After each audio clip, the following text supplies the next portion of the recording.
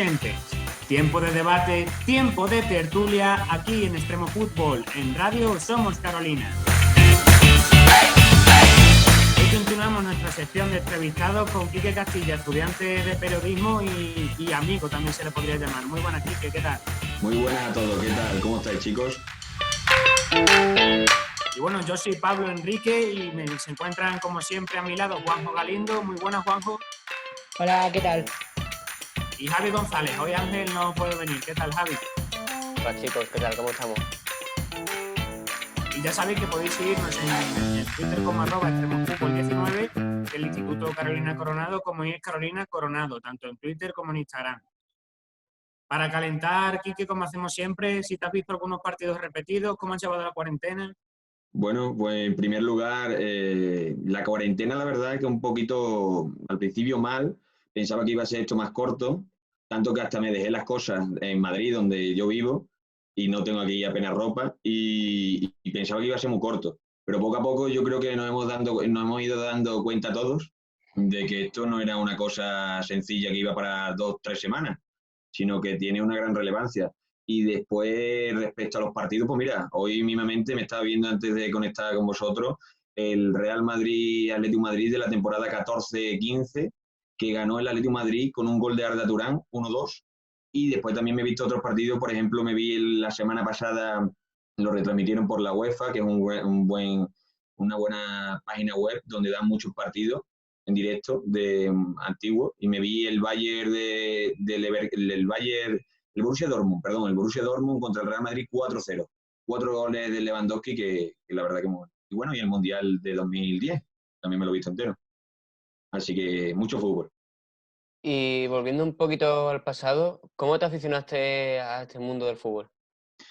Bueno, pues la verdad que me empezó a gustar mucho el fútbol, y empecé a jugar en el Club Deportivo Almendralejo, pero como a la mayoría de los periodistas lo que nos pasa, la verdad, es que no destacamos en el fútbol. Entonces, pues como nos gusta el fútbol tanto y además también nos gusta contar y hablar, y eso, pues yo creo que es eso, que al no poder jugar tan bien a ese deporte que amamos, pues nos gusta contarlo y llevarlo a la gente. Además también tengo que deciros que el fútbol esa pasión es gracias a mi abuelo, yo creo, que empecé a ver los partidos con él y con mi padre y me aficioné al Atlético de Madrid.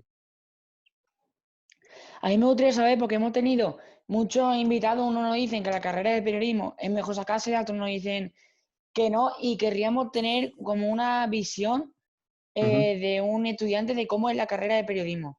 Bueno, yo os digo que yo cuando empecé a cursar el primer año de la carrera de periodismo y comunicación audiovisual, el doble grado en Madrid, la verdad que empecé con mucha ilusión. Es como empiezan todos los jóvenes. Pero hay que decir que cuando el primer año no es que sea del todo periodismo, como así decirlo, ¿no? Es mucha teoría, mucho hincar los codos en una mesa, y nosotros lo que nos quejamos es eso, la mayoría de los estudiantes de esta carrera, es que no hay mucha práctica. Es decir, la práctica te la tienes que buscar tú fuera y escribir en algún medio online o contactar con algún medio local o cualquier cosa buena para hacerte un nombre, sacarte, es decir, hacerte un nombre y un hueco en el periodismo. Lo que la mayoría, ya te digo, que buscamos que haya más práctica, porque es mucha teoría y poca práctica, que es lo que después te da la experiencia. ¿Y crees que se debería de cambiar la carrera? Porque hemos hablado con muchos periodistas, algunos de ellos no han estudiado la carrera en sí, otros, por ejemplo, como José David López, sí que han hecho máster aparte y han estado formándose en otros ámbitos. Y otros de los que han estudiado opinan, por ejemplo, Rodrigo Morán, que claro, él estudió ya hace muchos años y es cierto que en su época nos contó bueno, que la carrera sí que es verdad que se necesitaba actualizar. Y ¿hasta qué punto lo ves tú que se necesita actualizar, viendo bueno, que estás estudiando y que lo tienes más actualizado que Rodri? Bueno, pues yo creo que Rodri, vi la entrevista y no va desencaminado. La verdad es que no ha cambiado mucho las cosas. Todos los estudiantes decimos lo mismo, que parece que está un poco anticuada la carrera en algunas asignaturas, que después te das cuenta que las estudias porque tienes que estudiarlas y cursarlas, pero después no te sirven para nada.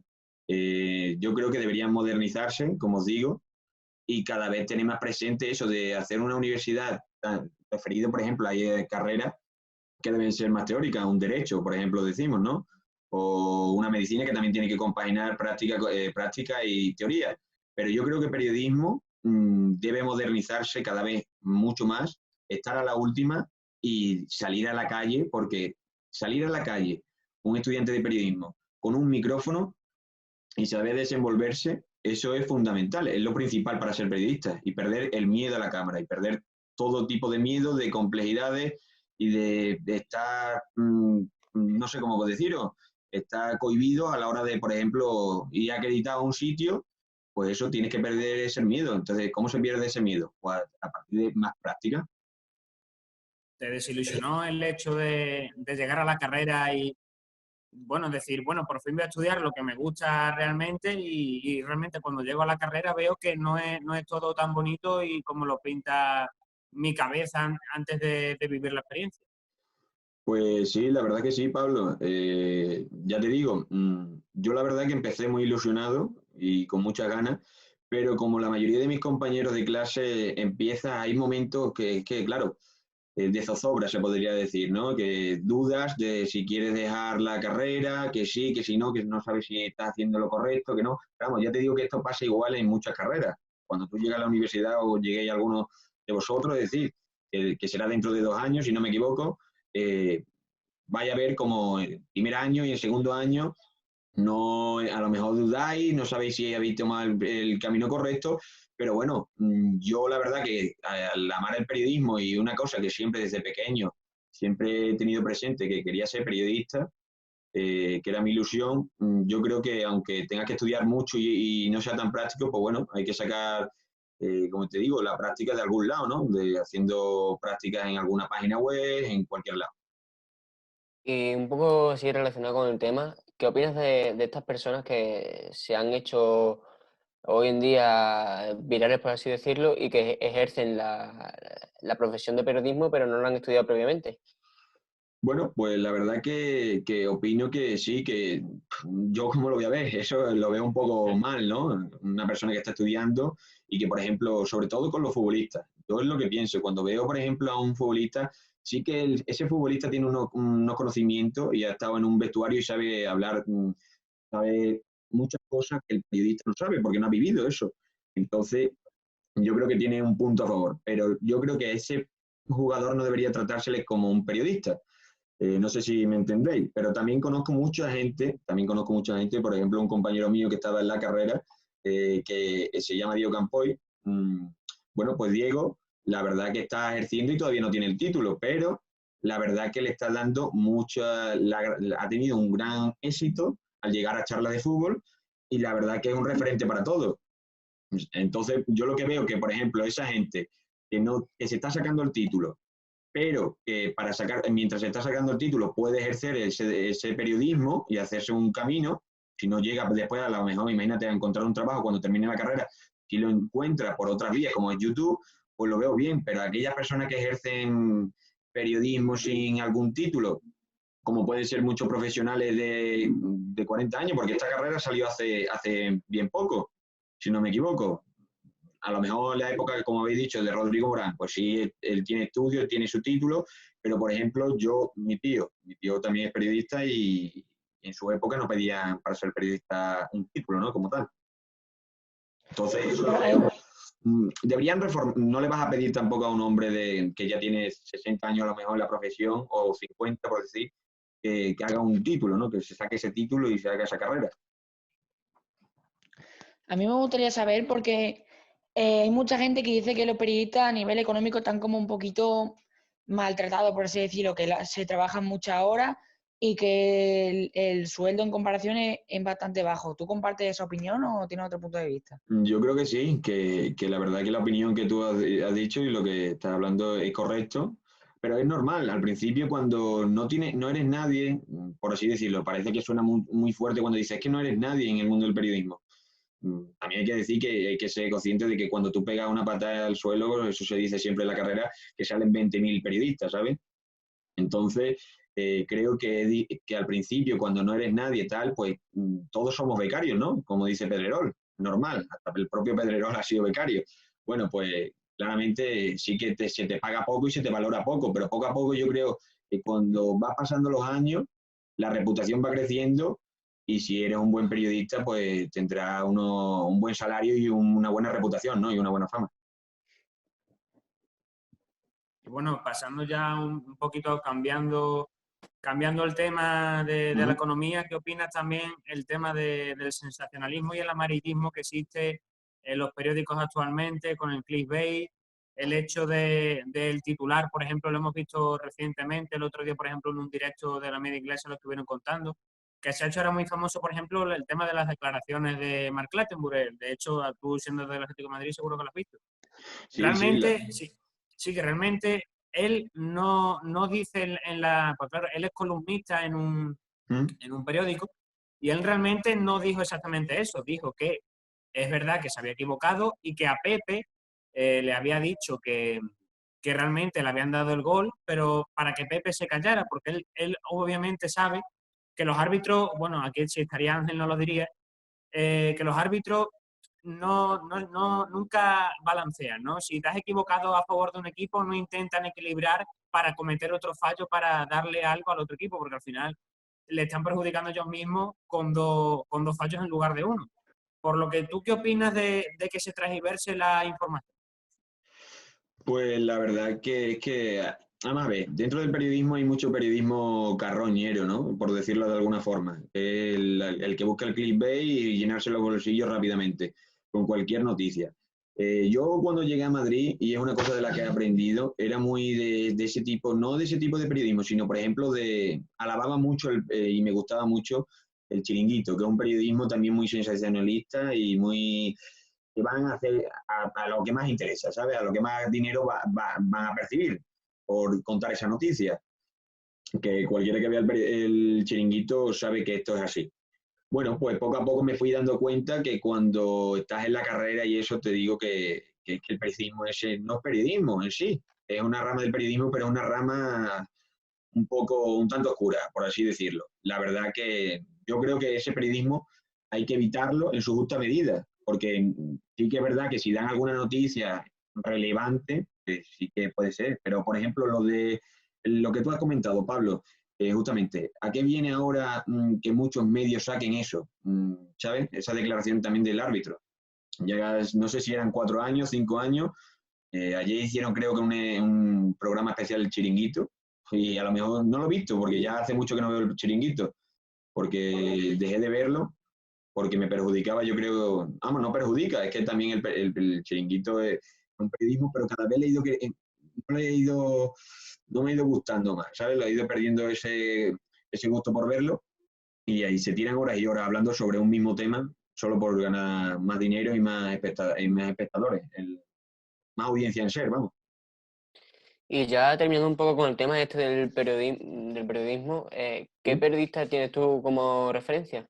Bueno, pues yo la verdad que periodistas así tenía de referente a Andrés Monte, tuve. Es que sobre todo con Andrés Monte, no sé si vosotros lo conoceréis, comentaba NBA y también La Sexta. La verdad que cuando era pequeño me llamaba mucho la atención Andrés Monte. La forma de narrar, Tiburón Puyol, Tiki Taka, me encantaba esa forma. Era como darle una especie de espectáculo al oyente y la verdad que es que te embelesaba como hablaba. Pero después, ahora actual, pues, por ejemplo, Miguel Ángel Román me encanta mucho. Ahora ha empezado un poco el año pasado, creo, si no recordar, que empezó también en el ámbito del YouTube, de videoblog. Rodrigo Fáez, sí, me gusta también. Rubén Martín, me encanta la forma de que narra los partidos, impresionante. Y bueno, así tengo mucha lista, pero sobre todo esos son los que me gustan mucho, la verdad.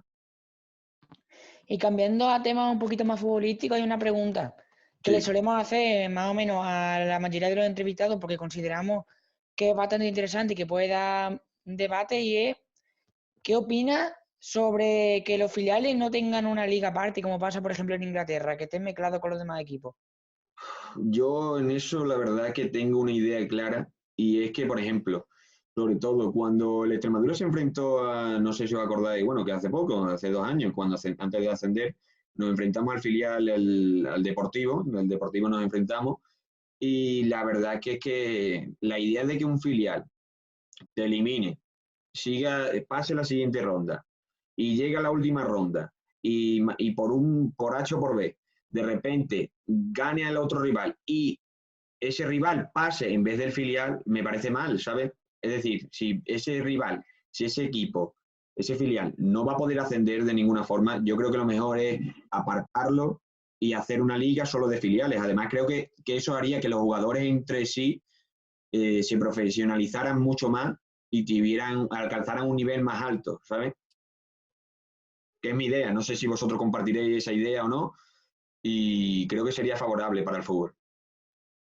Yo estoy en desacuerdo contigo porque yo creo que es lo contrario, que al final el hecho de jugar en una división como la segunda o la tercera te curte más y lo vemos sobre todo, claro, España al final es el único país que hace esto y vemos en Inglaterra sobre todo que muchos jugadores se quedan en el camino porque empiezan a ceder equipos de tercera, cuarta división, que es verdad que también si le tienes mucha confianza a un jugador puedes perfectamente cederle a un equipo de segunda vez. Pero ahí entra ya el tema de la cesión, que también es un tema complicado, porque hay entrenadores que prefieren, aun sabiendo que ese jugador es mejor que el que pertenece al propio club, es cierto que al no pertenecer al club y no poder sacar un rendimiento económico en el futuro, prefieren emplear otro tipo de jugadores. Aunque yo creo que la opinión del tema de los filiales que tienes tú es más relacionada con el tema de cuidar a equipos más históricos, como por ejemplo lo dice mucho Cazurrando, como el Recre, el Córdoba, que son equipos que siempre están Claro. ahí entre segunda B y segunda, incluso tercera, hay algún equipo como el Jaén, por ejemplo, que el Compostela, que han estado en categorías más altas y están ahí en tercera o en segunda B y necesitan un espacio. Entonces, es un tema a debatir también, claro. Sí, yo eso es lo que tú dices. Yo considero que hay muchos equipos ahí perdidos en tercera y en segunda B que deberían estar en segunda.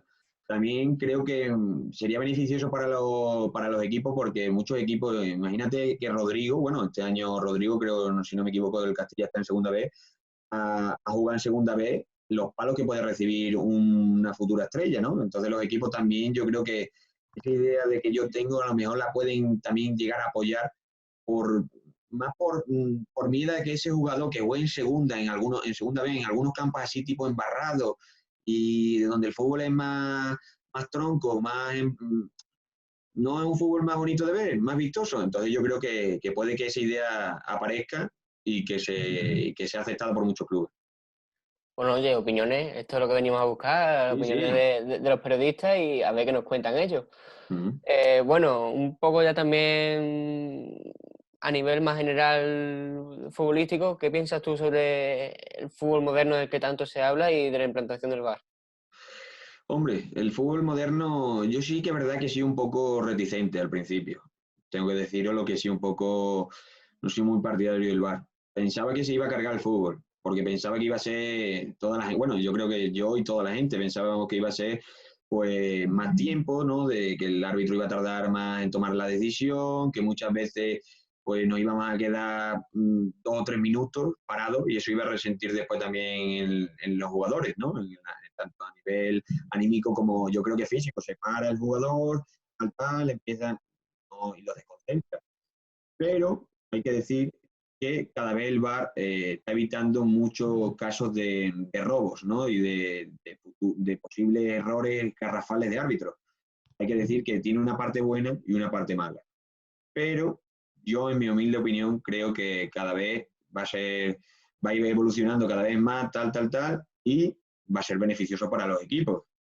Se evita, como por ejemplo hemos dicho, se podría haber evitado si hubiera estado el VAR, el primer gol de Sergio Ramos, que ya no se puede, que ahora sacarlo, lo que como os he dicho antes es una tontería porque ya no puede cambiar el resultado, pero si hubiera estado el VAR a lo mejor hubiera intervenido. Y también un poco, teniendo en cuenta lo que has dicho, digo yo que tu posición con el tema de los jeques será un poco por la misma línea, ¿no?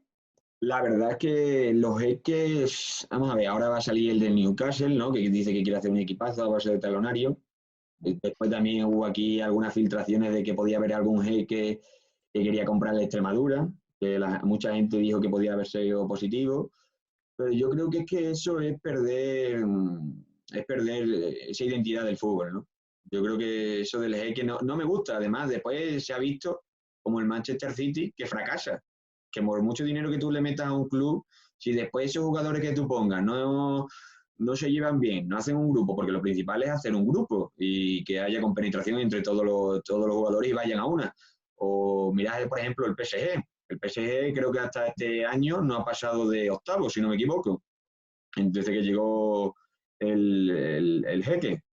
Y nada, y yo creo que la verdad es que después crean muchos problemas. Sí que la Almería le ha venido muy bien, hay que decirlo, le ha venido muy bien, ha fichado mucho, pero ahí está el jeque del Málaga, que en cuanto se cansa, deja cierra el grifo de dinero y puede arruinar un equipo histórico. Entonces yo creo que los jeques en su justa medida, y si no puede haber jeques, mejor, ¿sabes? Que puede ser una persona elegida por los socios, si es un club de fútbol, o dependiendo si no por un presidente que salga en unas elecciones o lo que sea, o un accionista. Pero nunca jeque, no me gustaría. Al final lo malo del jeque es que está blanqueando básicamente la imagen de un país como Arabia Saudí, por ejemplo, Claro. en el que se vulneran derechos humanos y, pues claro, te puedes cargar la identidad que tiene el club con ese aficionado, con el club y ese sentimiento de pertenencia que es tan importante. De hecho, en Newcastle se está viendo ahora, ¿no? Que hay dudas de que el jeque pueda comprar finalmente el club porque se lo están impidiendo desde la federación y el gobierno. Entonces al final es un poco un tema a debatir si ese dinero también de dónde viene, si como la típica broma que se dice del City, que si subes un poquito el gas en Arabia Saudí ya pagas un fichaje nuevo multimillonario. Entonces al final también hay que ver ese tipo de cosas. Pasando ya a la Extremadura, como lo has mencionado, ¿cómo ves al equipo ahora y cómo lo veías antes del parón? ¿Del parón, dices? Pues la verdad es que, mira, antes del parón, yo creo que como todos los almendralejenses y gente de la comarca de Tierra de Barro, y además que Madura lo está siguiendo gente hasta de la provincia de Cáceres. Se da más en otras zonas también, que no solo en nuestra zona local. Pues creo que la verdad es que nos llevamos todos una decepción grande cuando perdió contra el Oviedo. Yo la verdad que tenía unas esperanzas depositadas y pensaba que íbamos a hacer lo mismo que el año pasado, que íbamos a dar un empujón para arriba, pero lo veía mal. Y ahora, después del parón, sí que he escuchado a Manuel que le puede venir mejor a sus jugadores este parón, pero yo lo siento mucho, pero no soy muy optimista con Extremadura. Esperemos que me equivoque, pero no creo que este parón, vamos a ver, si el equipo no estaba bien antes, no creo que este parón le haya venido tampoco muy bien, ni que salgan reforzados de ello. A mí me gustaría añadir una cosa, y es el hecho de que en el partido ese con el Oviedo y en los otros 2 o 3 anteriores había 2 figuras del equipo como son Zarfino y Quique Márquez que no estaban. Yo creo que si a lo mejor hubiésemos tenido la suerte de que Zarfino estuviese en condiciones, el partido contra el Oviedo habría sido distinto. Y a lo mejor el hecho de que cuando volvamos, si no me equivoco, Zarfino y Quique, Zarfino sí está recuperado, pero de Quique no estoy muy al día. A lo mejor puede que por ese aspecto no venga bien. Por el tema físico, lo más seguro que perjudique no solo a nuestro equipo, sino también a todos, pero yo creo que no son todo malas noticias. No, todas no, la verdad es que no. Pero yo, vamos, espero y deseo que el Extremadura se quede. Sería lo mejor tanto para la economía del Almendralejo como para todo, ¿no? Sería otro año estar en la segunda división, que el campo se llene. Sería un espectáculo, ¿no? Una cosa que se echaba de menos en Extremadura, porque además, igual que yo, vosotros tampoco lo habíais vivido, ¿eh? Ni está en primera ni está en segunda. Una cosa que era inimaginable. Yo cuando iba en 2007 o en 2008, me parece a mí, que iba a ver Extremadura, estaba en tercera, jugaba a lo mejor Curro. Yo no veía capaz la Extremadura de llegar a donde está ahora, la verdad. Y creo que todos debemos estar a una, tanto la afición como los jugadores, porque hay muchos jugadores que sí, que se dice de que a lo mejor no están 100% comprometidos, que si puede haber, ya están pensando a lo mejor en irse, tal. Yo creo que deberíamos estar todos a una, a cañón y a salvar la categoría como sea, porque es que es fundamental. Una de las razones que a mí más me convence en la vuelta del parón es que tenemos un entrenador como Manuel que especialmente él es un psicólogo para el equipo y como nos dijo Rodrigo Morán, el Extremadura va a ser uno de los mejores equipos más preparados a nivel psicológico para la vuelta del parón. Yo creo que en cierta medida ha favorecido este estado de alarma y esta cuarentena al club. Ya os digo, por el nivel psicológico por el que puede volver el Extremadura respecto a los demás equipos. Y ya cambiando un poco de tema, ¿qué jugador has visto tú con la camiseta de Extremadura que más te llama la atención? ¿Qué más me ha llamado la atención? Bueno, pues la verdad es que recientemente, vamos, el año pasado me llamó mucho la atención Lolo. Era un jugador que sí, que se venía diciendo que era muy bueno, pero después al principio estuvo como dubitativo, empezó a tener así alguna especie de como de duda, pero después salió para adelante y era uno de los pilares fundamentales de Manuel.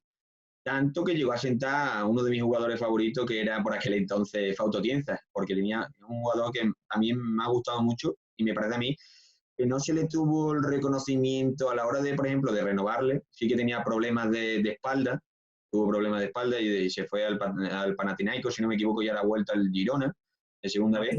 Y creo que es un jugador que había que haberlo renovado. Ya que se te fue Lolo, pues debería haberlo renovado. Y después, actualmente, por ejemplo, me ha gustado mucho Lomotey.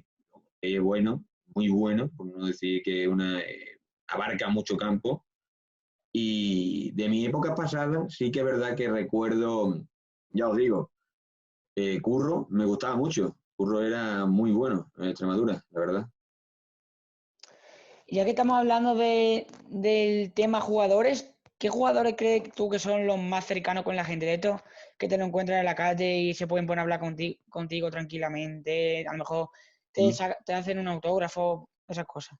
Yo, por lo que puedo hablar, a ver, tampoco he tenido mucho contacto con algunos. También os digo, pero yo sí que es verdad que tengo que recordar una anécdota que me pasó, que yo llegué la primera, el año pasado, antes de ir acreditado a las ruedas de prensa de la Extremadura y tal, pues yo fui a hacer un trabajo que tenía que hacer para la universidad, de hacer como una especie de reportaje audiovisual que se ponía como que los típicos que ponen en un telediario.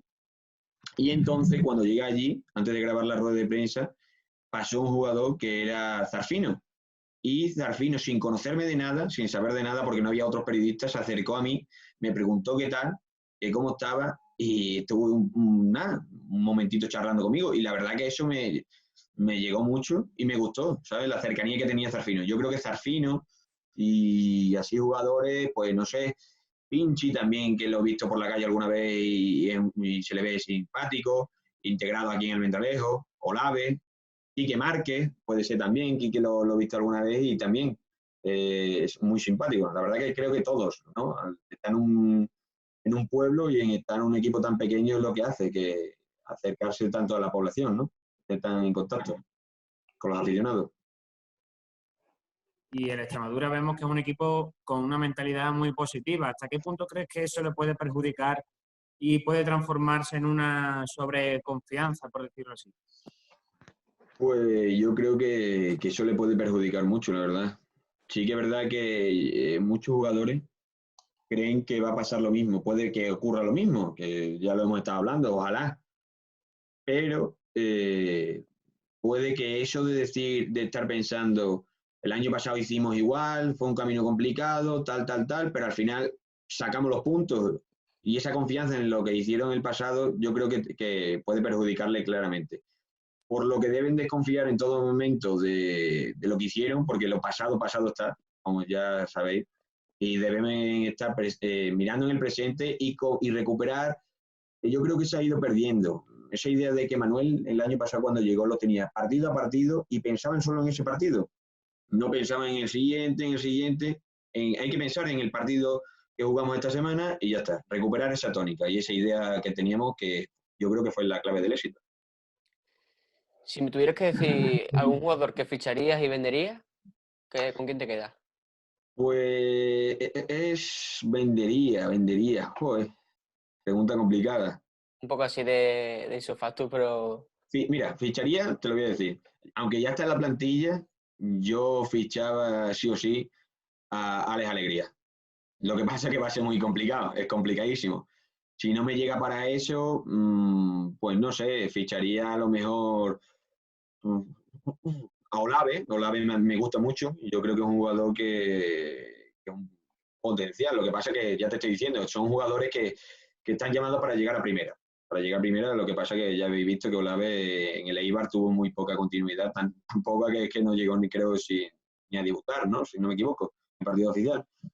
Y vender, es que eso es complicado, porque, no sé, yo vendería a lo mejor y sacaba unos cuartos, puede ser con Alex Alegría, no, Alex Alegría no, Alex Díez, perdón, Alex Díez o Quique Márquez, esos dos los vendería. A mí Quique Márquez no es yo no soy santo de devoción de Quique Márquez. Sí que es verdad que mucha gente le critica de perro y que algunos partidos se borran y por eso no sé, cuando él quiere, claramente hemos visto y la parroquia azulgrana ha visto que es capaz de lo mejor y de lo peor. Entonces yo creo que hablaría, sobre todo Quique Márquez lo vendería si no está comprometido al 100%, y Alex Díez, al ser tan joven, no sé si tiene 24 años o 23, 22, no me acuerdo ahora mismo, Por ahí. pues creo que se puede sacar una buena tajada y económicamente le vendría bien para el club. Y es un sitio tampoco, no sé, el sustituto que vendría no creo que fuera muy caro. Los laterales derechos no suelen costar muy caro. Ya que estamos hablando del tema fichaje, pongamos, ojalá como aficionado que nos quedemos en segunda, ¿cuál cree que sería el jugador que más esfuerzo económico le costaría a la Extremadura retener? Zarfino. Es que Zarfino yo creo que va a tener muchos pretendientes este verano. Es que es medio Extremadura. Cuando está Zarfino dentro del terreno de juego, se nota bastante y es que hace todo, es un todocampista. Llega, tiene gol, defiende, sabe replegar, sabe ordenar. Es el capitán. Sí, es que es el capitán. Lo tiene todo. Yo creo que Zarfino es de las que puede venir este verano un equipo y decir, pum, pongo el dinero y puede haber una puja interesante y se puede sacar mucho dinero con él. ¿Y qué opinas de los partidos de casa? ¿Qué sucede que no... De hecho, somos de los peores locales, si no el peor de la categoría. ¿Por qué crees que?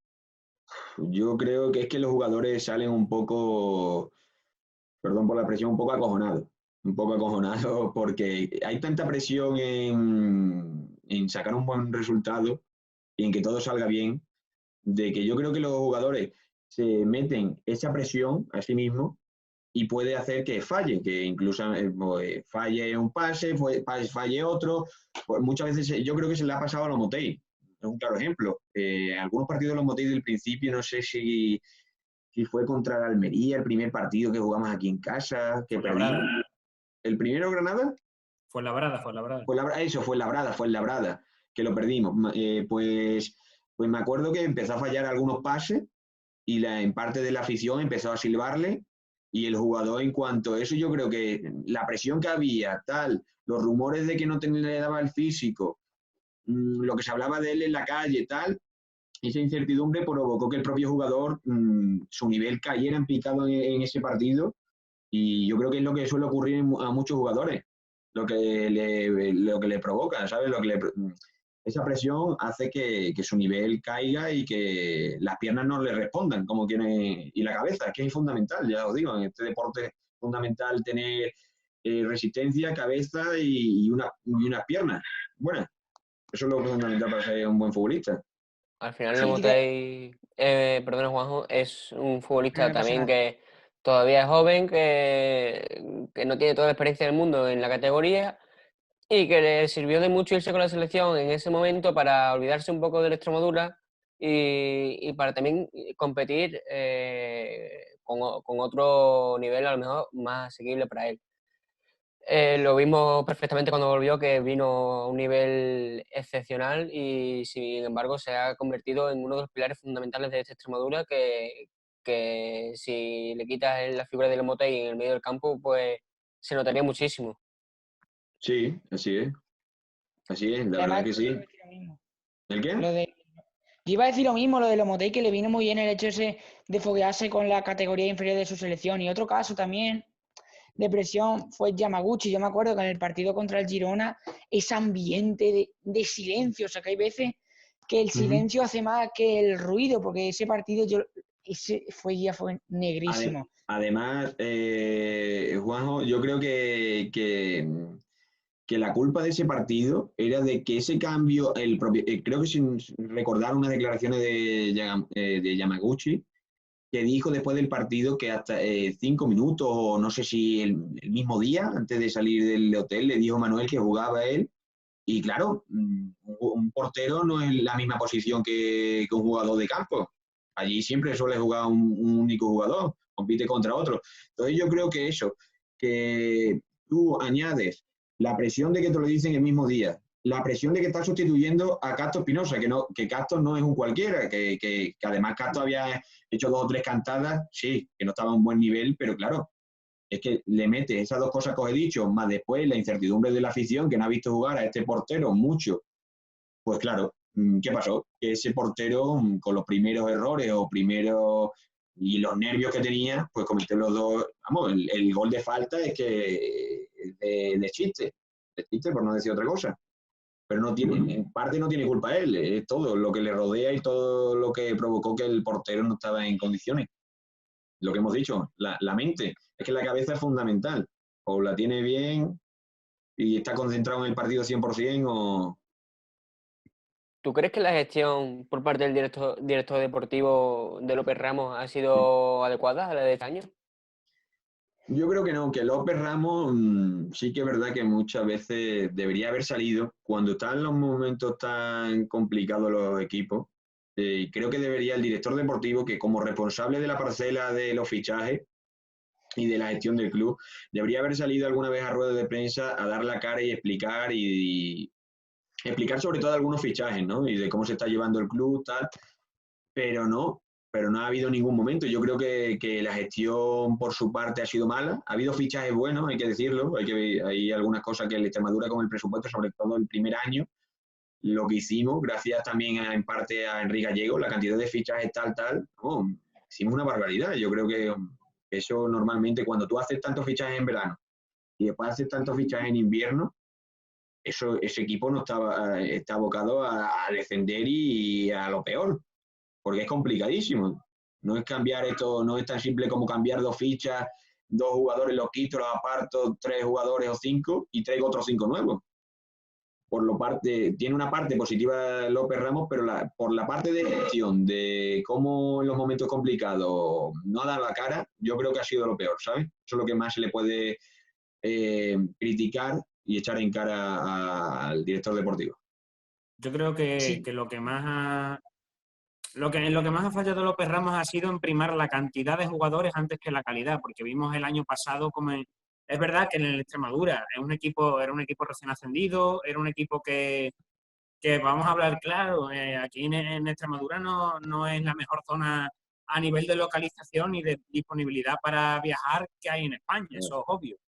Entonces al final los jugadores muchas veces pues son tienen mucho miedo son muy reticentes, ¿no? a venir aquí. Entonces, claro, vinieron jugadores como Chuli, como Renela, Capel, Deyaló, que al final fueron es que tú, claro, te lo pones a decir ahora mismo uno tras otro y es verdad que son jugadores que son prácticamente ufos y muy olvidables para la afición de Almendralejo. Sí, sobre todo el caso Capel y Chuli. Vamos a ver, Capel estaba claro que venía aquí sí que podía tener una segunda juventud, vamos a decirlo así, ¿no? Todo lo que pensamos cuando se fichó. Fue un poco extraño y después yo creo que también esos fichajes, tengo que decir, Pablo, el de Capel y el de José Antonio Reyes, yo creo que fue también más que el de Reyes puede ser que menos, pero el de Capel más marketing y Sí. más otra cosa. Reyes venía ya un poco, bueno, todo lo vimos un poco fondón, un poco pasado de kilo y pero seguía manteniendo la calidad del juego, hay que decirlo. Eso no se pierde, pero sí que es verdad que en cuanto a aportación, por ejemplo, Capel no dio la talla. Y Chuli, por ejemplo, ahora lo estamos viendo, creo que hace poco sacó un artículo, no sé si era Marca o As, que decía que eso criticaba la gestión del Extremadura y de que las pocas oportunidades que se le habían dado, cuando sí, en verdad sí se le había dado oportunidades.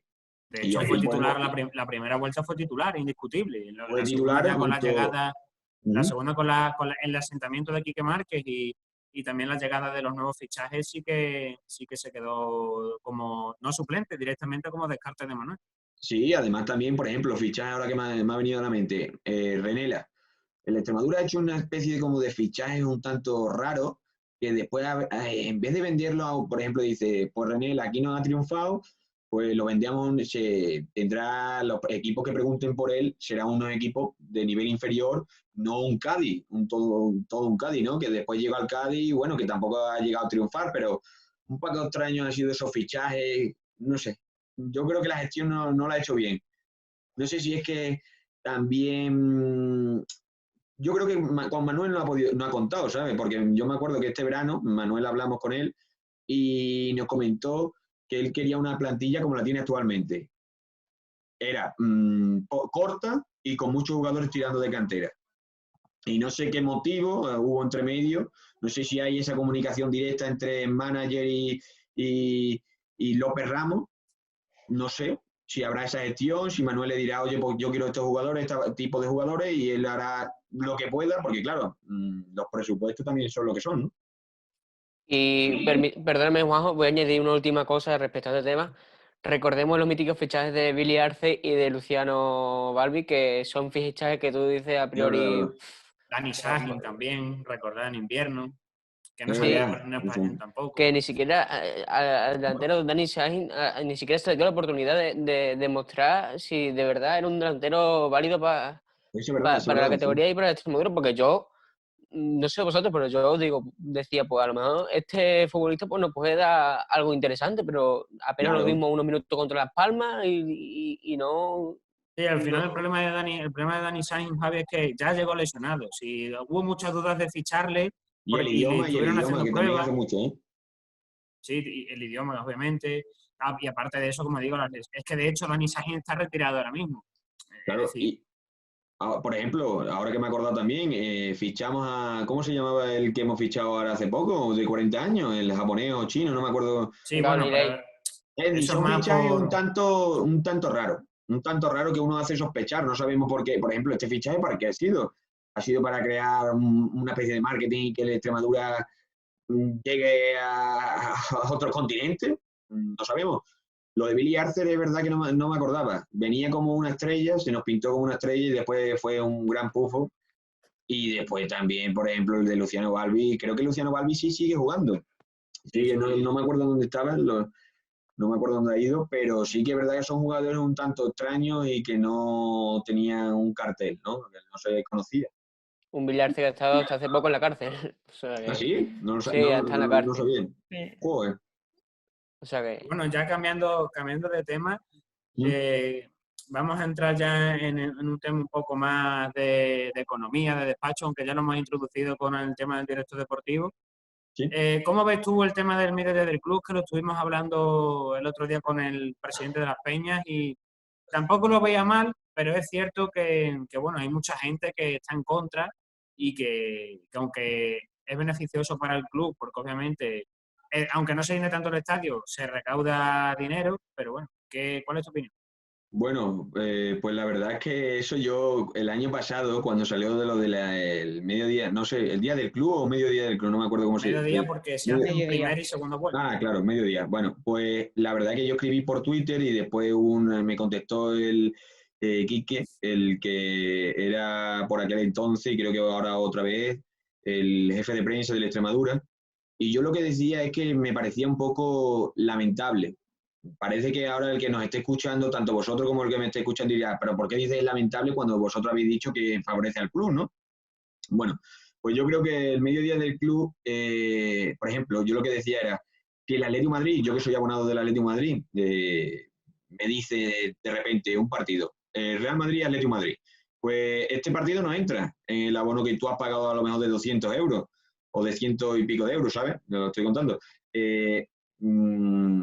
dice, vale 90 euros por venir a ver el Atlético de Madrid y Real Madrid. No, no, no. Yo tengo un abono que me acredita a venir a todos los partidos. Entonces yo creo que la solución a eso, al mediodía del club y que no vaya tanta gente, porque por ejemplo, yo sé de primera persona gente que ese día dice, pues para pagar 20 euros, por ejemplo, para ponerme en tribuna lateral, 20 euros, 25, no sé cuánto es, que los precios tampoco son muy caros, porque aquí son los de segunda, creo que son los precios más baratos que hay de todos los equipos. Entonces por ahí no nos podemos colar del club, pero sí que es verdad que dice, pues para pagar 25 euros, 20 euros o 30, lo que valga, y hace un mal día, pues me quedo en casa y lo veo por la tele. Sí, verdad, pero después el campo queda un poco vacío. Yo creo que es lo que debería hacer para evitar polémica el club es decir, señores, para la campaña siguiente, el abono que, por ejemplo, de tribunas vale, no sé, lo voy a decir, no sé si voy a decir una gazpacha de precio. Vamos a poner 300 euros, 200 euros, ¿vale? Voy a poner 200, una cosa así más asequible. Bueno, pues en vez de valer 200 euros, vale 240 y ya no hay mediodía del club, ya lo he cobrado dentro. Y digo, ya va incluido ahí el mediodía del club y ya está, ¿sabes? Porque el club, no creo que ningún equipo de segunda división haga mediodía del club. Creo que el Extremadura es el único. Entonces, que sí, que se le puede ayudar a la Extremadura, que es una ayuda, claro que sí. Pero tú, no sé, a mí me parece un poco un gesto feo de coger y decir de repente en un partido, pues este partido, porque me da a mí la gana y porque creo que va a tener muy buenas entradas, creo que fue este año el de Extremadura-Málaga, si no me equivoco. Sí, el año pasado también. Pues claro, son partidos importantes. Imagínate que el del Oviedo, yo cojo, que es trascendental para nosotros, y soy Manuel Franganillo, y digo, pues vamos a poner el mediodía del club. Ahora te cargas a esa afición, te la estás cargando. Yo creo que si tú coges y desde el primer momento tú pones 240 euros el abono, y para pagar esos 200, no sé, 240 euros, estamos hablando de, por ejemplo, tribuna, ¿sabes? Si nos vamos, por ejemplo, a fondo, que valga menos, pues si vale 100, pues 140, ¿sabes? Por así decirlo. Pues son 40 euros más, ¿sabes? Que no te sacan de nada. Y son un precio, y a la ligera después tú no piensas, tú lo has pagado ahí, tú pagas al principio, y se te olvida el cabreo. En cambio, si tú pagas 100 y después te piden que hagas 2 pagos, te vas a enfadar en esos 2 pagos. Te vas a sentir un poco como diciendo, sí, que es para ayudar al club, pero no me da a lo mejor la situación ahora mismo para pagarte 20 euros para ver un partido, ¿sabes? Me quedo en casa. Entonces yo creo que es perjudicial. Yo lo que haría es eso, cobrarlo en el abono desde el principio y ya está. Yo en el abono del Atlético de Madrid, por ejemplo, hablo de ese. A mí a lo mejor puede que haya ahí una parte que se va a llevar el club. Bueno, yo creo que se llevará todo el club, ¿no? El Atlético de Madrid es un club grande, pero no sé, imagínate, 200 euros y pico, pues ya está. Mejor que tú me digas en un partido Real Madrid o del Barça, pues tienes que pagar 60 euros para venir. Me entra un cabreo y digo, por el año que viene no renuevo. O ¿sabes? O cualquier cosa de esa.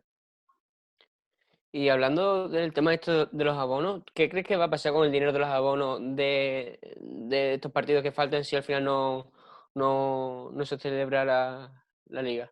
Yo estoy a expensas de qué dice el Atlético de Madrid y del Extremadura, el abono del Extremadura también estoy a expensas a ver la medida que están tomando. Sí que, por ejemplo, he leído en el Marca el otro día en una portada, ahora, por ejemplo, el Madrid está sacando un pecho de se le va a devolver todo el dinero a los aficionados de esto, se va a devolver. No sé si era el Getafe que iba a regalar los abonos para la temporada siguiente y creo que el Madrid también.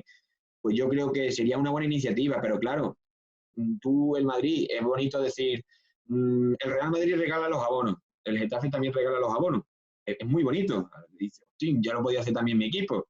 Pero claro, el Real Madrid no puede decir si cuándo va a empezar la temporada de que podamos ir los aficionados. Es decir, a lo mejor puede ser de que tú te regales el abono y hasta finales de noviembre, esperemos que no, siga el confinamiento y no se pueda ir el confinamiento, no creo, pero las normas de que no se pueda ir X personas a un recinto deportivo, ¿no? Entonces yo creo que lo que haría era un descuento o regalar el abono a partir de cuando estemos seguros de que eso, ¿sabes? ¿No? De que, por ejemplo, tal partido, o ya se recuperará. Yo espero que si todo va bien y en septiembre se puede ir, el Atlético de Madrid o, por ejemplo, nos diga, pues os regalamos el año que viene a los que sois abonados normales, sin incluir Champions, pues os regalamos partidos de Champions y partidos de Copa del Rey. Y aquí, por ejemplo, la Extremadura pues diga, a lo que soy abonado, ¿qué nos quedan? 11 partidos, 10 partidos, pues los 10 primeros partidos o lo quito, o los descuentos, ¿sabes? No, entráis gratis, presentando el abono de la temporada pasada, eso sí, porque si no entraría cualquiera, y eso, haría eso, y después un descuento también económicamente la gente esto va a repercutir mucho en la economía, hay que decir. Entonces yo creo que habría que ajustarse también a la economía de los habitantes españoles y no poner unos precios desorbitados en los abonos. No sé si estáis de acuerdo en esa idea, la que he dicho o qué.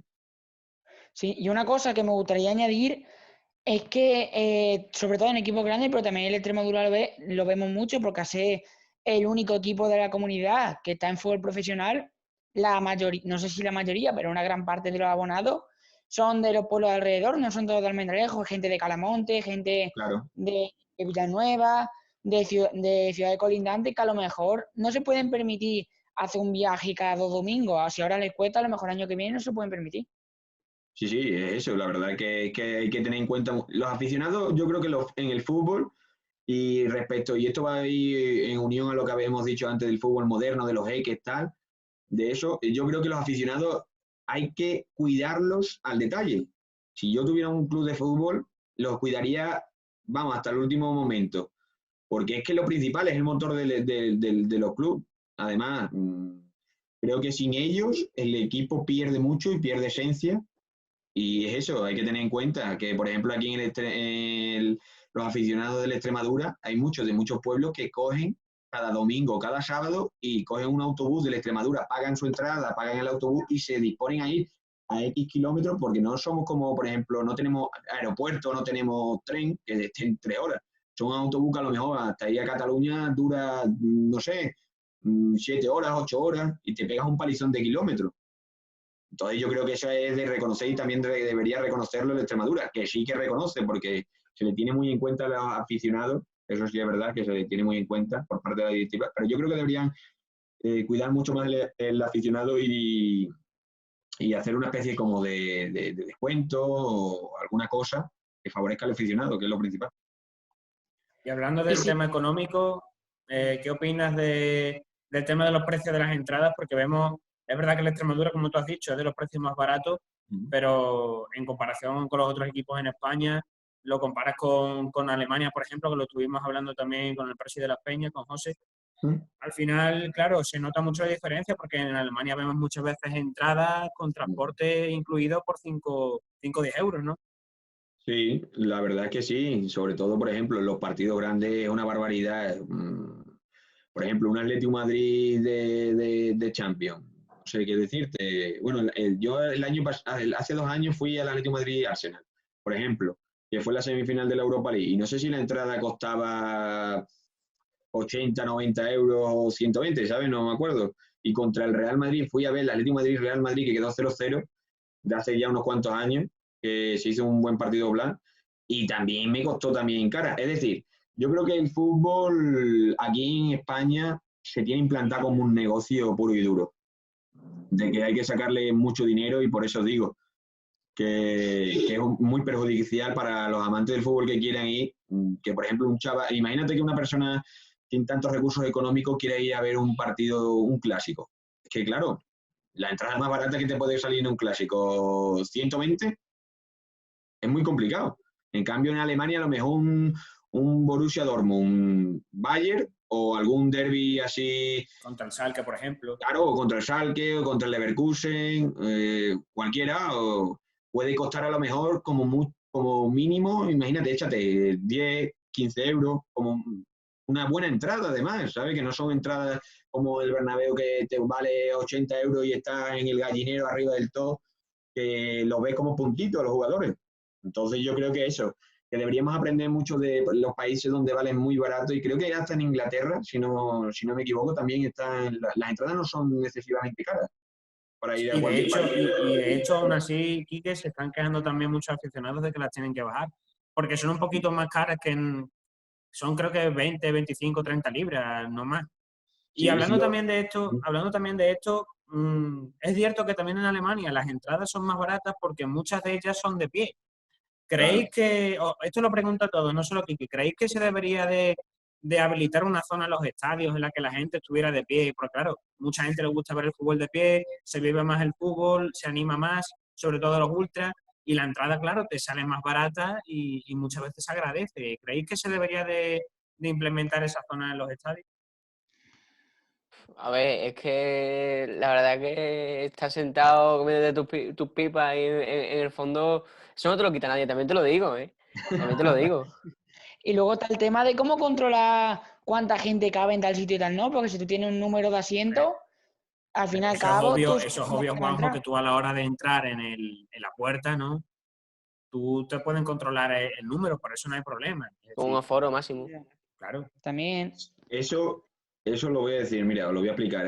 Donde yo estoy abonado en el Atlético de Madrid, que es la zona joven, que es donde se coloca el Frente Atlético y donde se coloca gente normal y corriente, no todos tienen que ser del Frente Atlético, sobre todo está ocupado por la peña de eso, del Frente Atlético, gente joven. Bueno, pues ahí no te dejan estar sentado como tal en tu asiento. Los partidos se viven de pie y la verdad que sí que es verdad un poco, yo que me gusta animar, pero tampoco en excesiva abundancia. Yo no me coloco donde está el foco de la gente saltando sin camiseta, que eso la verdad que sí, que queda muy bonito de cara a la televisión y tal, pero no sé, me parece, no va conmigo esa forma de animar. Eh, pues yo creo que sí, que es un poco cansado de estar de pie todo el rato. Animar sí que es bonito, pero de estar de pie no tanto. Por eso yo creo que sentarte, como estáis diciendo vosotros, el fútbol, yo no soy de pipa porque soy de animar y de estar moviéndome y tal, y escuchar con la radio, escuchar otros partidos, antiguamente cuando se podía. Ahora, por ejemplo, el último partido que fui del Atlético de Madrid, que fue, no sé si contra el Sevilla, no recordar, que fue el partido de los Oviedo, de Extremadura, también, pues estaba con un pinganillo más pendiente del partido de la Extremadura que del propio Atlético de Madrid-Sevilla. Y estaba todo, y entonces eso es lo que me gusta a mí, estar viendo un partido, escuchando otro, pero y animando, sobre todo animando al equipo, porque yo creo que ya os digo que la afición es lo principal. Pero yo lo decía por eso, porque precisamente, obviamente, a mí también me gusta ver el fútbol sentado, no porque coma pipas tampoco ni nada de eso, pero sí que es verdad que me gusta analizarlo, me gusta ver los problemas tácticos Sí, de mi equipo. Y claro, eso de pie cuesta más, ¿no? De pie lo haces más para los ultras y para este tipo de aficionados, sí, que yo pero creo que precisamente se podrían colocar en esta zona de los campos. sí, pero también te digo que no sé si a ti te ha pasado, pero yo cuando he visto algunos partidos me gusta más cuando lo vas a analizar los partidos, me gusta verlo de una zona alta. Vamos a ver, esto hasta muchos entrenadores están ahora lo del típico la típica cornisa, ¿no? No sé cómo decirlo. Sí. Sí, sí. Coloca a Luis Una Enrique, plataforma, ¿no? la plataforma, esa plataforma. Si Luis Enrique coloca eso, no porque vaya a sacar nada de ello, sino porque es que visto desde arriba se ve el fútbol diferente, en vez de al ras del suelo, ¿sabes? Sentado, tal, se ve mucho. Y además, yo te digo que en los estadios de fútbol, que es peculiar que los precios de tan abajo cuesten tanto. Yo he visto, por ejemplo, voy a ver el Atlético de Madrid contra el Barcelona femenino, en la temporada pasada, que fue, creo que récord de asistencia, Sí. y la verdad es que lo vi en primera línea, al lado de los banquillos, y la verdad que no me llegó a gustar tanto. No se ve igual cómo se ponen los jugadores, cómo repliegan, la gente que le guste analizarlo. Es decir, una altura media es lo mejor para verlo. El Francisco de la Era, de hecho, la altura máxima del Francisco de la Era se ve muy bien en los partidos. Claro, la altura máxima del Francisco de la Era la comparas con un estadio como el antiguo Vicente Calderón, ahora el Metropolitano o el Bernabéu, este tipo de estadios, ¿no? Y claro, la altura máxima del Francisco de la Era puede ser una altura media-baja o media, ¿no? de otros estadios. Sí, pero nosotros lo bueno que tenemos en el Francisco La Era, los fondos, si tú te pones arriba, casi arriba del ton, al lado del marcador, no tanto al lado del marcador, pero en esa zona, en los fondos, te permite ver muy bien las estrategias, de cómo se posicionan, de De cómo... hecho, ahí es La verdad precisamente que, de donde me siento yo, en esa altura, sí, la verdad, porque yo creo que se ve muy bien el fútbol. somos muy privilegiados, la verdad, que parece que tenemos un campo pequeño que no se ve bien, pero yo creo que desde los fondos, en el Francisco La Era es donde mejor se ve, porque desde Desde la zona de preferencia y la zona de tribuna, no, a mí no me llega a convencer. Técnicamente no se aprecia bien No, los no. movimientos de los jugadores, la Claro. formación. Claro, si quieres ver el espectáculo en sí, cualquier Está sitio bien. es bueno, eso está claro, pero si quieres analizarlo tal, además creo recordar que hace, bueno, antes de que estuviéramos cuando estábamos en segunda vez, de estos años el año que pudimos descender, me acuerdo yo que venía mucha gente, no había mucho público por aquel entonces, cuando iban las cosas mal, pues iba mucha gente, muchos observadores, y iban muchas personas que se estaban sacando el curso de entrenador, los cursos de entrenador, y estaban, a lo mejor, donde yo estaba sentado, que es el fondo donde está el marcador, creo que es fondo sur, si no me equivoco. Fondo norte. Bueno, pues Fondo norte. Fondo norte. Pues en fondo norte había mucho con su libreta, y es porque ya cuento lo que estoy diciendo, que se ve muy bien, se ve cómo se repliegan, cómo hace el jugador, tal, y se ve muy táctico, y la verdad que es un Claro, sitio porque al muy final civilizado. la vista no es como la vemos en la tele, la vemos en la tele es una vista horizontal. En los fondos Claro. lo puedes ver de forma vertical y ese tipo de detalles se aprecian mejor. Ya para ir acabando la entrevista, Quique, Sí. 2 preguntas más. Para ir un poco adentrándonos en las oscuridades tanto del periodismo como de los despachos, ¿qué opinas tú vamos a primero por los despachos, que lo hemos estado hablando hace poco, ¿qué opinas tú del tema de Fran Anillo y Oliver? Uf. Sí que es oscuro, ¿eh? Es un tema que nos hemos metido oscuro, la verdad. Pues la verdad que es que tienen montado un quilombo que es espectacular. Yo la verdad que cuando llegan las cosas y se las enseña a la gente de mi carrera, de mi clase, que le gusta mucho el fútbol, que tenemos allí un buen grupo que todos los días hablamos de fútbol, pues la verdad que cuando pasó todas las cosas de Luis Oliver, de esto de que tanto con lo del Caramojón, que por parte de Fran Anillo, como después del rifirrafe entre Oliver, Oliver, sí, entre el hombre este, no me acuerdo cómo se llamaba, el que se discutió con Manolo Sí, Fran Anillo. el Sí, que salió Antonio riñendo puede en ser, mitad del partido. Antonio, que fue Antonio Muñoz o algo sí, así. que era un asistente del club, tal, por parte de Oliver, como después lo del asalto de Luis Oliver a la oficina del club, tal. Me parece una cosa bochornosa y lamentable por parte del club, que deja en mal lugar al club, una imagen que la tira por todos los suelos, todo lo que se ha ganado. Y es que creo que están dando bandazo tanto al presidente del club, que creo que no está muy centrado en el trabajo, como Luis Oliver. Y yo creo que deberían hacer los dos, escoger. Y en vez de estar buscando que si yo busco un inversor, que si tú buscas otro, que si yo vendo, que si tú no, que si tal, esas tonterías de niños chicos y que perjudiquen al club y a la imagen y a los aficionados sobre todo, yo creo que deberían coger y decir, a sentarse los dos y decir, vamos a terminar esta temporada lo mejor posible, vamos a intentar salvar la categoría, los problemas de la puerta de nuestro despacho para adentro, que no lo vea nadie, que no nos vean frágiles, porque eso también los otros clubes lo tienen en cuenta, ¿sabes? Y afecta mucho a los jugadores. Entonces vamos a dejar la mierda, por así decirlo, y los problemas dentro, nos lo vamos a guardar para ti y para mí, que es complicado, y después al final de temporada ya rompemos contratos, ya rompemos relaciones o lo que tú quieras, pero sobre todo centrarse en el club, porque parece más una cosa de personal de yo y el otro también mi, y la verdad que es una tontería y una cosa de niño chico que está perjudicando claramente al club.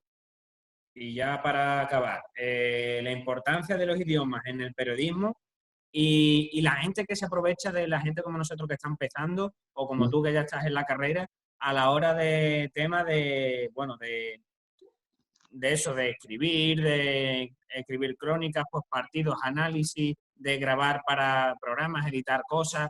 ¿Hasta qué punto crees que es una explotación por parte de ese tipo de páginas, ese tipo de medios, de personas tituladas? ¿Hasta qué punto crees que puede perjudicar Bueno, pues respecto a la primera pregunta, creo que es fundamental. Yo la verdad es que no soy muy partidario, no me gustan mucho los idiomas, me cuesta, pero creo que es fundamental. Cuanto más idiomas tengáis, cuanto más experiencia cojáis, cuanto más viajéis, ya os digo, viajéis, leáis, todo os va a repercutir de forma positiva en vuestra persona, ¿no? A la hora de llegar.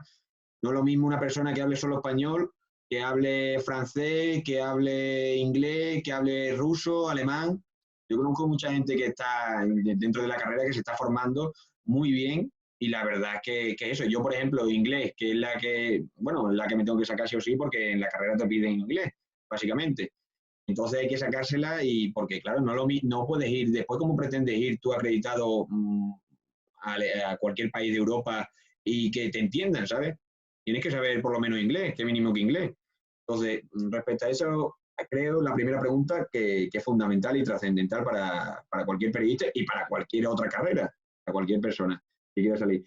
Y la segunda pregunta, creo que sí, que hay mucha explotación y mucho abuso por las personas que estamos estudiando ahora periodismo o gente de vuestra edad que quiere ser periodista y que no está en la carrera y que se aprovechan muchos medios online. Por ejemplo, Babel, yo me acuerdo de Babel cuando me metí en Babel y en algunos otros, sobre todo Babel. La mayoría de mis compañeros cuando nos metimos íbamos con una ilusión muy grande, pero claro, tú escribes, exigen a la hora de escribir mucho, un artículo, otro, tal, y claro, después tú no ves ninguna remuneración económica, ni una acreditación, ¿sabes? Que es una cosa de la que es lo más importante. Ir acreditado a cualquier partido, cualquier evento, por ejemplo, para mí, como cualquier periodista que le ama eso, yo creo que es mucho más gratificante eso que recibir dinero. Porque es que esa acreditación vale mucho más, porque te permite ir a un estadio, estar cerca de los jugadores, ver a entrenadores, estar a pie de campo y ejerciendo la profesión que a ti te gusta.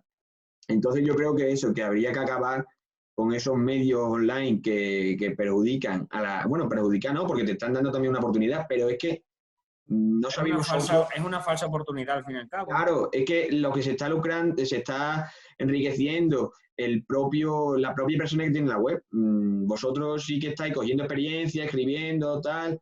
A vosotros parece un montón, pero ya os digo que cuando lleguéis a un punto de que veáis que otras páginas pagan con una acreditación tipo esta, por ejemplo, pues ya os digo, veréis que diréis, ¿para qué está alterando tanto tiempo y tanta presión y tanta ansiedad? Porque cogeréis ansiedad, porque os digo que muchos medios exigen demasiado, escriben tantos artículos al día, tal, pero para beneficiarse ellos, después tú no ves nada. Entonces yo creo que tanto mi opinión como la del resto de personas cercanas relacionadas con el periodismo es eso.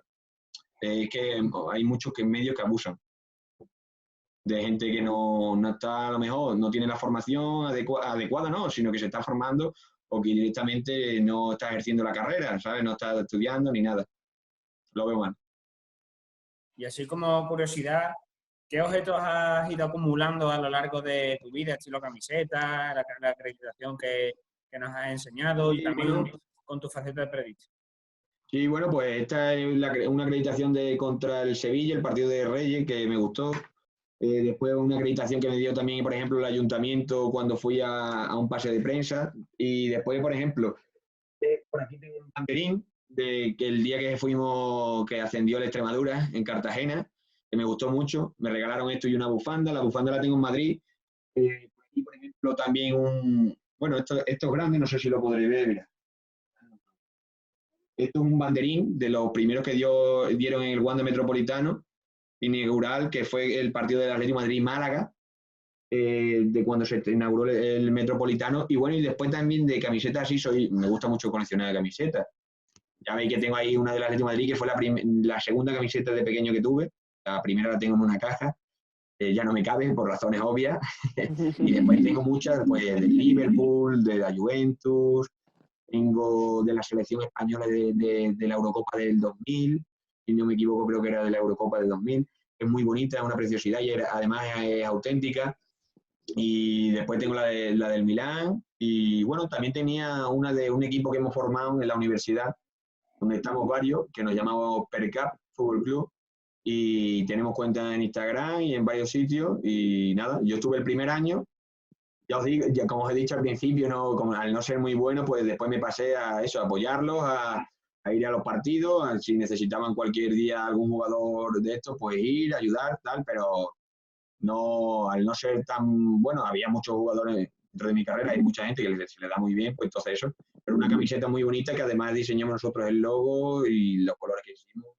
Y muy bien. Y eso, y muchas acreditaciones, algunas que tengo por ahí también en los cajones, pero que habría que buscar. Pero sobre todo esa, la del partido de homenaje de Reyes, me la quedo para mí porque fue un día que tuve que yo cubrir todo. Me dijeron que yo fuera con mi móvil, que ahora el periodismo móvil es importante, y cubrir todo gracias con eso, con el móvil, la rueda de prensa. Conocí a Navas y a Lopetegui y nada, fabuloso.